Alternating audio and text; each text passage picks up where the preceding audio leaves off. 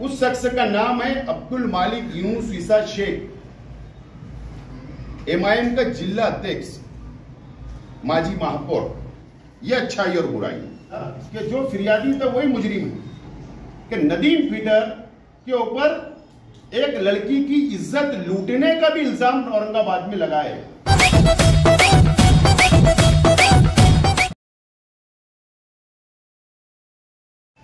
तमाम ही उर्दू, मराठी और YouTube channel के तमाम ही हमारे प्रेस के साथी, आज पत्रकार परिषद, प्रेस कॉन्फ्रेंस, इसलिए आज आप लोगों को याद किया गया है कि मालेगांव शहर में 3-4 दिनों से मीडिया में और शहर के अंदर चर्चा है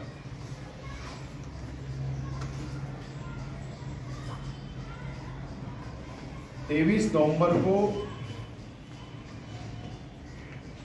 महाराष्ट्र असेंबली के चुनाव के नतीजे निकाल आया और 24 नवंबर को रात में निकाल आने के एक दिन बाद माजी नगर सेवक नदीमुद्दीन अलीउद्दीन पीटर बागे महफूज रहने का पता है उस शख्स का, और वो एमआईएम पार्टी का सक्रिय कार्यकर्ता है और माजी नगर सेवक है। उसके घर पर और उसके ऊपर, उसके घर के दरवाजे में नदीम पीटर के ऊपर फायरिंग हुई, ऐसा सीसीटीवी फुटेज शहर की आवाम ने उस वक्त भी देखा था, मीडिया पर भी वो था। और फिरियादी नदीम पीटर खुद उसके अंदर फिरियादी था और उसने फिरियाद दिया था आजाद नगर पुलिस स्टेशन में कि मेरे ऊपर, मेरे घर के बाहर मैं खड़ा था और 2 लोग मोटरसाइकिल पर आए और मेरे ऊपर उन लोगों ने फायरिंग की, ऐसी फिरियाद उस शख्स ने दिया। उस शख्स ने दिया।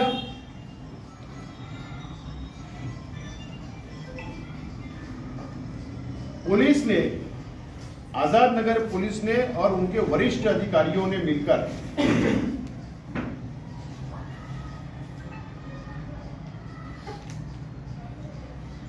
इस केस का एक खुलासा किया,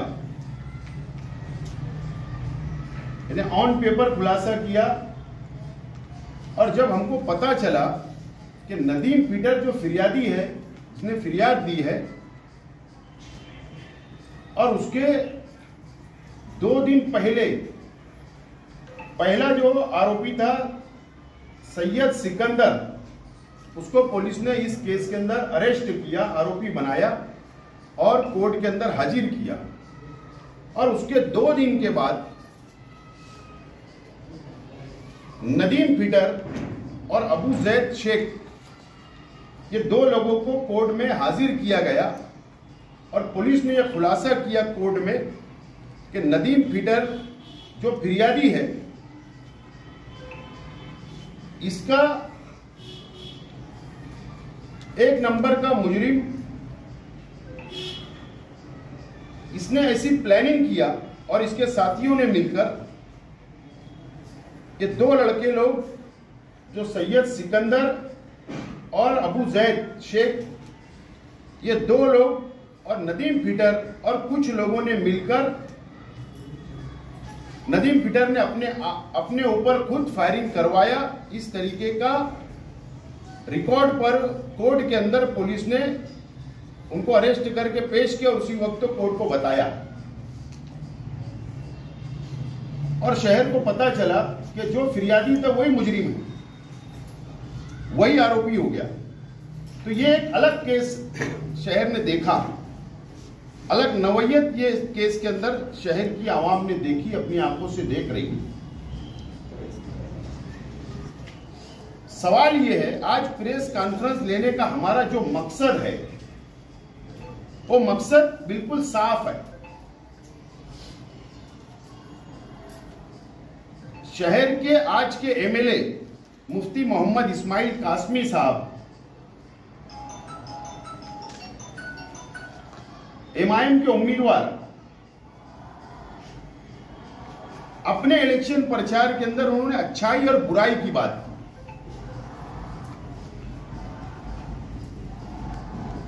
अपने आप को और अपनी पार्टी को और अपने कार्यकर्ताओं को बहुत पवित्र बताया, साफ सुथरा बताया, अच्छाई और बुराई की बात की गई, पाक साहब की बात की गई और इलेक्शन लड़ा। और इसीलिए आज हम लोगों को ये प्रेस कॉन्फ्रेंस लेना पड़ रही है। तो पुलिस अपना काम करे, हमको उससे कोई लेना देना नहीं। लेकिन आज हमको मीडिया भी, मुझको ऐसा लग रहा था कि जो साफ सुथरे तौर पर लिखना चाहिए, वाज़ेह लिखना चाहिए, मीडिया भी नहीं लिख पा रही है, माफी के साथ। इसलिए आज मुझको, हमारे साथियों को मीडिया के सामने, शहर के आवाम के सामने आना पड़ा। आज के एमएलए नदीम फिटर आज के एमएलए के राइट हैंड माने जाते थे। कई लंबा सफर उन्होंने साथ किया। उनके लिए बहुत जोर और शोर से उन्होंने असेंबली के अंदर काम किया। सबको आजादी है, हर लीडर हर पार्टी के साथ वो खुले तौर पर, आजादी तौर पर काम कर सकता है। लेकिन अच्छाई और बुराई की बात करने वालों, मैं साफ तौर पर आज साफ जुमले के अंदर शहर की आवाम के सामने बातें रखने के लिए आज मैं यहां पर बैठा हूं। नदीम फिटर, ये जो एक बात सामने आई कि अपने ऊपर खुद उसने फायरिंग करवाया, एक साजिश रची गई। लेकिन मैं थोड़ा माजी में जाना चाहता हूं। मालेगांव शहर के अंदर भी आजाद नगर पुलिस स्टेशन में या पवारवाड़ी में हो सकता है, इससे पहले भी गुटखा की एक गाड़ी को रोककर उसको लूटने का काम, लूटमार का केस, फ्रॉड का केस उस शख्स के ऊपर बन चुका है। और ना जाने कई केसेस मालेगांव शहर के अंदर उस शख्स पर है। ठीक है, लड़ाई झगड़े के केसेस एक आम बात है, लेकिन यही नदीम फिटर औरंगाबाद में उसके ऊपर 376 जैसी कलम भी दर्ज है, गुना दर्ज है। 376 आमतौर पर शहर की 70% आवाम को ये कलम का मतलब नहीं पता होता। मैं वाज़ेह तौर पर बोलना चाहता हूं कि नदीम फिटर के ऊपर एक लड़की की इज्जत लूटने का भी इल्जाम औरंगाबाद में लगा है। ऐसे गुना उसके ऊपर, गंभीर गुना, सीरियस ऑफेंस है उसके ऊपर दर्ज है। यह अच्छाई और बुराई, ये बात झूठ और सच क्या है, ये सामने आवाम पुलिस ने लाई। 2 नवंबर को जाफर नगर इलाके के अंदर इम्तियाज हरिया जो एमआईएम का वर्करी कर रहा था, किसी शख्स ने उसको उठाकर लेकर गया, उसको मारा। आज के एमएलए और उनके पार्टी के हजारों लोग पवारवाड़ी पुलिस स्टेशन के अंदर जाकर धरना आंदोलन करते हैं और गुंडागर्दी का इल्जाम हमारे ऊपर, हमारी पार्टी के ऊपर, हमारे वर्करों के ऊपर लगाए गए। खुलासा हो गया, झूठ और सच सामने आ गया। 9 नवंबर को इम्तियाज हरिया ने खुद बयानी दिया कि यह मेरा निजी मामला है, मेरा जमीन का धंधा व्यापार है।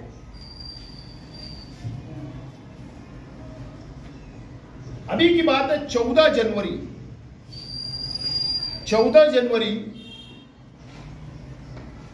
को मोती तालाब के अंदर फायरिंग हुई।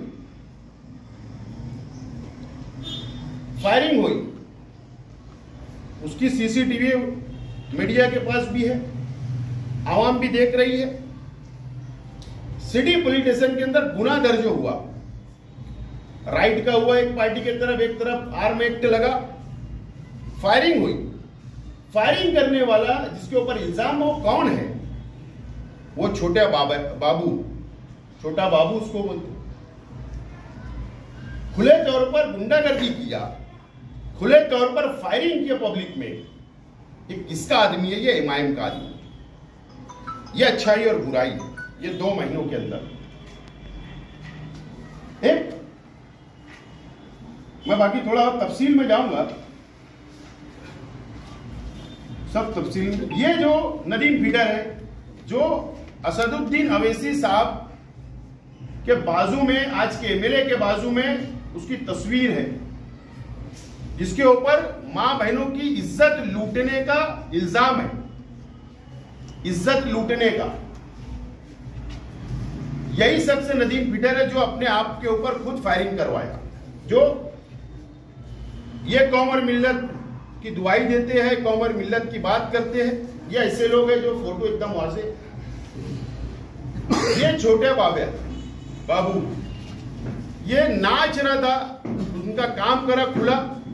एमआईएम का ये हार्ड वर्कर है, इसने फायरिंग किया 14 जनवरी। और जो अबू जैद शेख, जो फायरिंग मामले के अंदर दूसरा मुजरिम है, आरोपी है, वो अवैसी साहब के साथ जिसका फोटो है। ये लड़का है, वो लड़का है। ये बात हो गई। और अभी मैं एक स्पेशल प्रेस कॉन्फ्रेंस दूंगा, वाजे कर देता हूं। ये इरफान हैदराबादी है। ये सब मुफ्ती इस्माइल साहब का बहुत खास, रिक्शा के ऊपर प्रचार भी वही कर रहा था, गाड़ी का इब्तिदा भी मुफ्ती साहब कर रहे थे। इसके बारे में भी एक स्पेशल प्रेस कॉन्फ्रेंस होने वाली है कि अच्छाई और बुराई क्या है, बताऊंगा। सवाल ये है,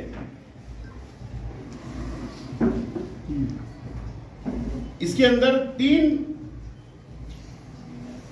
आरोपी सामने आ चुके। एक सैयद सिकंदर आ गया पहला, दूसरा आरोपी अबू जैद शेख आ गया, तीसरा आरोपी नदीम फीडर जो पुलिस की गिरफ्त में अरेस्ट है। ये 3 लोग आ गए। कल जब हम इसकी डीप में गए, तह में गए, जब हमको पता चला मीडिया के जरिए कि ऐसा केस आगे बढ़ रही है, तो मैंने मेरे अपने वकील से बात की कि आप कोर्ट के अंदर मालूमात लो। ये 3 आरोपी के अलावा और पुलिस की जो रिपोर्ट आ रही है, या रिमांड रिपोर्ट आ रही है, रिमांड रिपोर्ट पुलिस देती है आरोपी के साथ, मतलब जाकर आप वहां पर मालूमात लो कि क्या बात है। तो उसके अंदर चौथा आरोपी को पुलिस को अरेस्ट करना है। उस शख्स का नाम है अब्दुल मालिक यूनुस ईसा शेख, एमआईएम का जिला अध्यक्ष, माजी महापौर। चौथा आरोपी जिसको अरेस्ट करना है पुलिस को, जो रिमांड रिपोर्ट में और कल की जो 1 दिन की पीसी मजिस्ट्रेट साहिबा ने, जज ने जो ऑर्डर किया है, उसके अंदर भी दर्ज है नाम वाज़े तौर पर। चौथा मुजरिम अब्दुल मालिक यूनुस ईसा शेख है।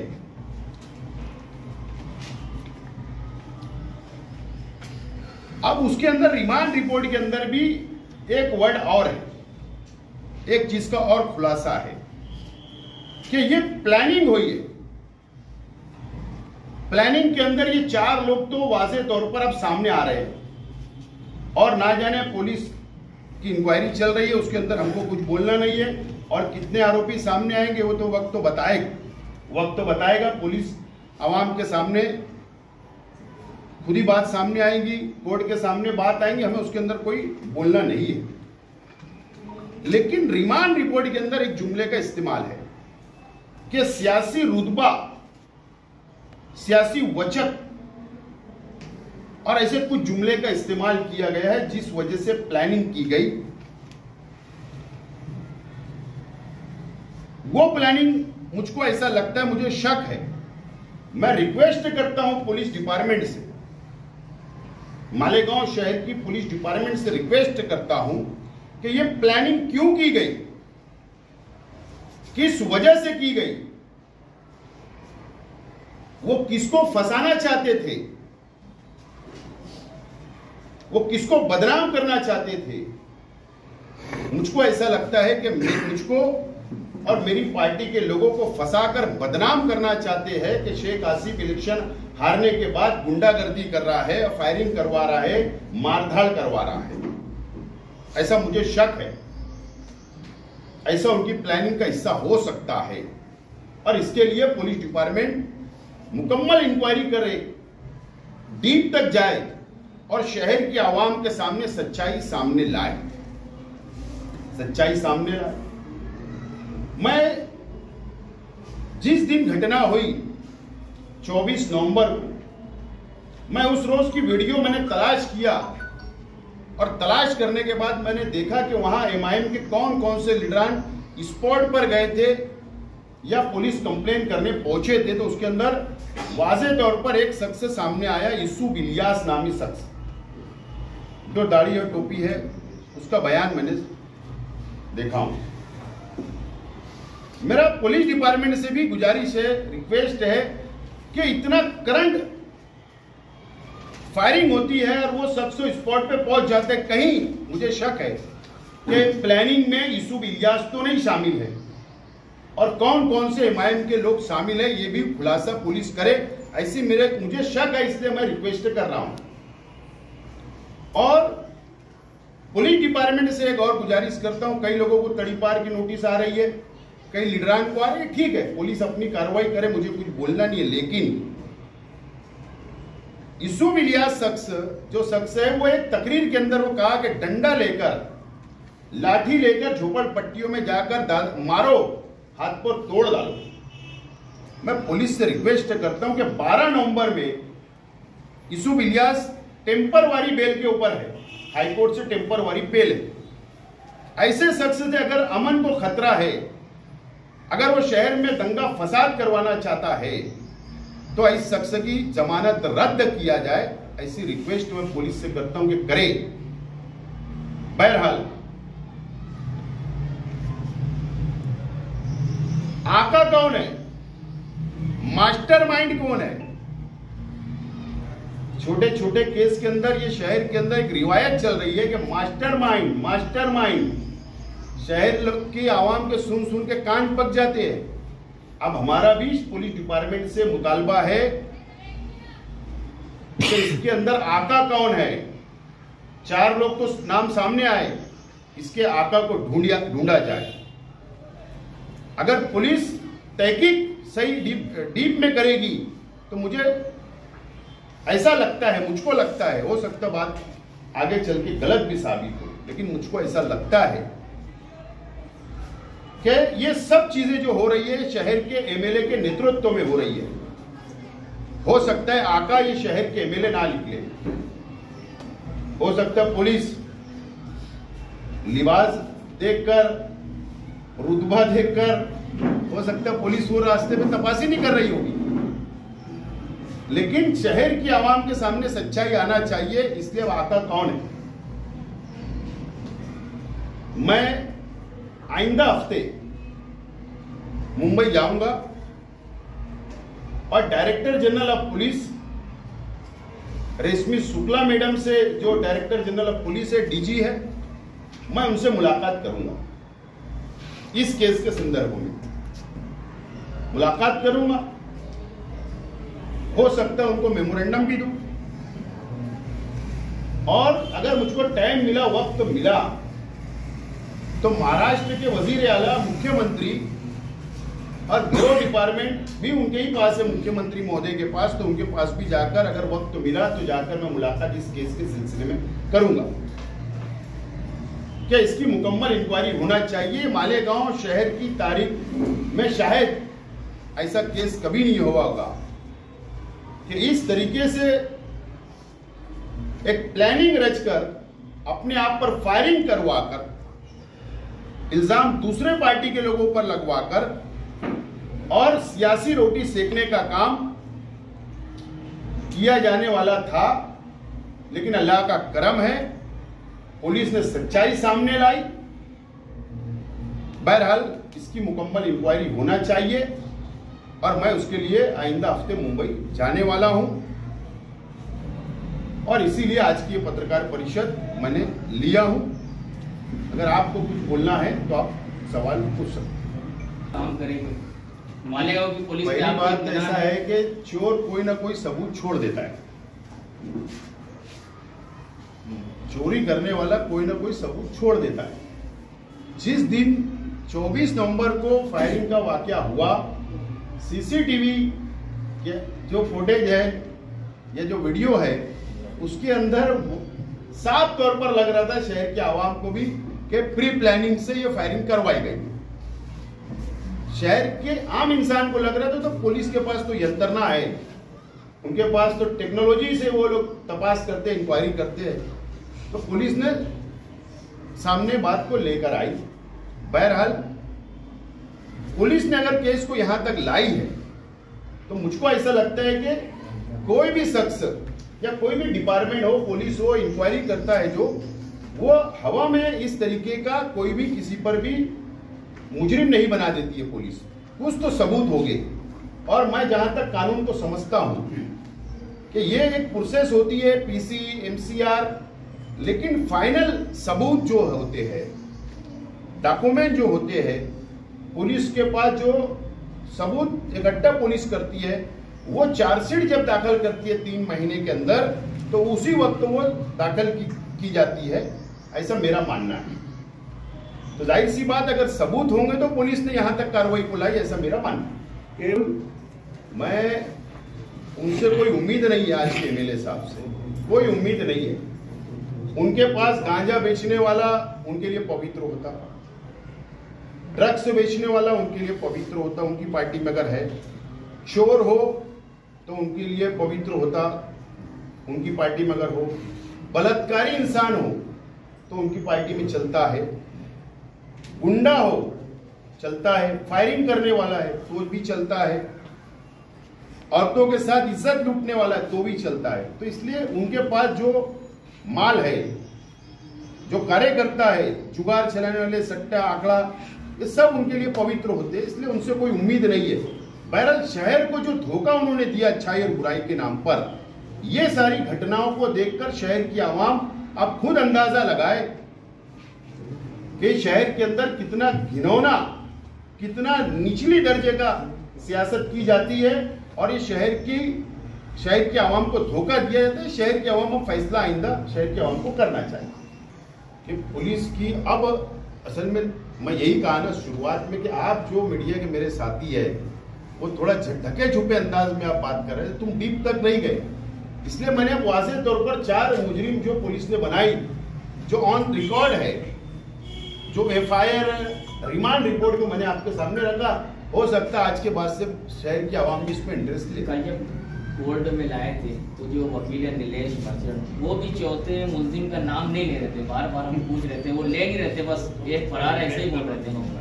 अब जो लोग मुजरिम का डिफेंस करे, जो वकील, देखो उनकी रोजी रोटी है, उनका पेशा है, तो वो तो उनकी बाजू रख के ही बात करेगा। लेकिन मैं किसी का वकील नहीं हूं, मैं जनता की अदालत में आया हूं और जनता को सच्चाई मुझे बताना मैं जरूरी समझा और इसलिए सबूत के तौर पर सबूत लेकर बैठा हूं और जनता की अदालत में जा रहा हूं। वो अदालत का काम पुलिस करे, मैं जनता की अदालत में जा रहा हूं। और एक प्रेस कॉन्फ्रेंस मैंने कहा ना, इरफान हैदराबादी के लेने वाला हूं, वो बहुत स्पेशल रहने वाली है और बहुत सबूत मैं लाके आवाम के, शहर के सामने बताऊंगा कि किस तरीके से शहर के साथ धोखा किया जाता है, कैसे कैसे लोगों को पनाह दी जाती है और मजहब के नाम पर सियासत करने वाले किस तरीके से घिनौना काम करते हैं, कैसे लोगों को आशीर्वाद देते हैं, मैं ये बताने वाला हूँ। के जिला अध्यक्ष पर नाम आया पुलिस के रिपोर्ट भी कोर्ट से मालूमात लिया हूँ, रिमांड रिपोर्ट मेरे वकील ने वहां पर जाकर पढ़ा है और उसने मुझे बताया है और इसके लिए मैंने आज प्रेस के सामने बात रखा हूँ।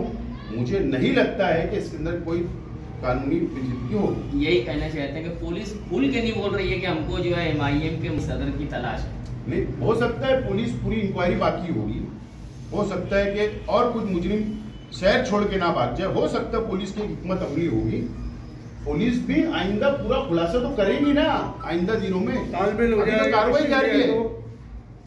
नहीं, एक सवाल मेरा ऐसा है, पर इस तरह की सूरत है तो आप इसको किस नजर से देखते हैं, क्या है ये?